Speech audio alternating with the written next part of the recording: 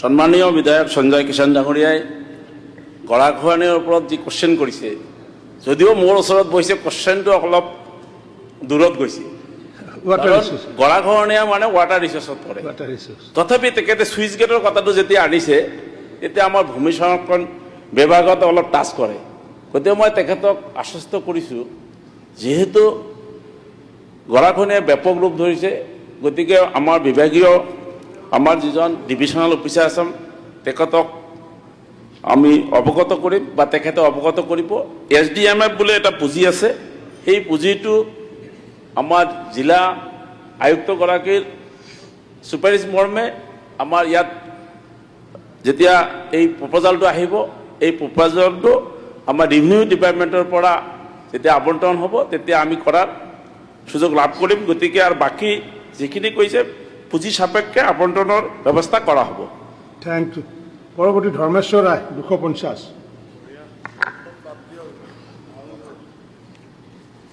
অধ্যক্ষ মহোদয়, মই ষ্টাৰ কুৱেশ্যন আজিও এটা পালোঁ, গতিকে আপোনাক ধন্যবাদ জনাইছোঁ। ভূমি সংৰক্ষণ বিভাগৰ মোৰ অলপ জানিবলগীয়া প্ৰশ্ন আছিল। মাননীয় মন্ত্ৰী মহোদয়ৰ পৰা জানিব বিচাৰিছোঁ যে বজালী বিধানসভা সমষ্টিত ভূমি সংৰক্ষণ বিভাগৰ জৰিয়তে কি কি আঁচনি ৰূপায়ণ কৰি থকা হৈছে। নাম্বাৰ 2, উক্ত আঁচনিসমূহৰ অনুমোদিত ব্যয়ৰ কাৰ্যকৰী সংস্থা কোনে কোনে এই কামবিলাক কৰি আছে, এই তথ্যখিনি মই জানিব বিচাৰিছোঁ।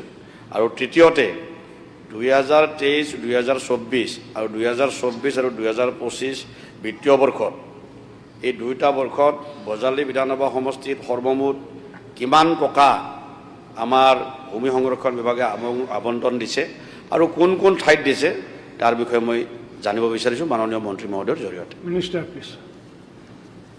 অধ্যক্ষ মহোদয়, ইতিমধ্যে উত্তৰখিনি দিয়া হৈছে। তেখেতে যি ধৰণৰ প্ৰশ্ন কৰিছে উত্তৰখিনি যথাযথভাৱে আমাৰ এনেক্সাৰত দিয়ে। তথাপি সন্মানীয় বিধায়ক ডাঙৰীয়াৰ যিখিনি বজালীত ইতিমধ্যে আমাৰ RIDF 13, RIDF 31 আৰু SOPDG অধীনত প্ৰায় 8টা কাম চলি আছে।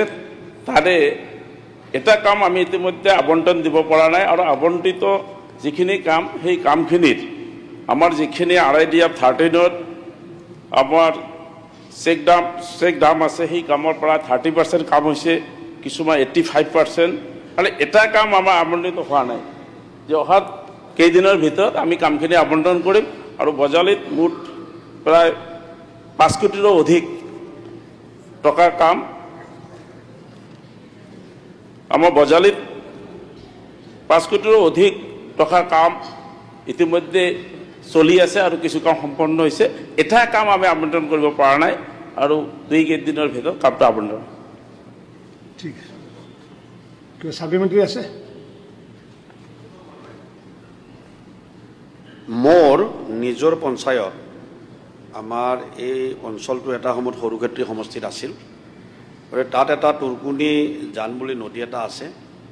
আৰু আপুনি জানে অধ্যক্ষ মহোদয় যে আজিলৈকে এই জানটোৰ 2টা পাৰ মোটামুটি 1 কিলোমিটাৰ ঠাই উন্মুক্ত হৈ আছে। আৰু 2টা পাৰত মোটামুটি 7খন আৰু 6খন গাঁও, ইপাৰে পশ্চিম পাৰে 6খন আৰু পূব পাৰে 8খন গাঁও, এই খেতিপথাৰৰ ৰাইজে এতিয়াও দুৰ্ভোগ ভুগি আছে। বানপানী আহিলে এই বাৰিষাৰ সময়ত খেতি কৰিব নোৱাৰে, আৰু তাৰ কাৰণে তাৰ মানুহে এটা পদ্ধতি সলনি কৰি লৈছে অধ্যক্ষ। বাৰিষা খেতিটো নকৰে, খেতিটো আমাৰ ইৰি খেতি কৰে এই পানীৰ উৎপাদন।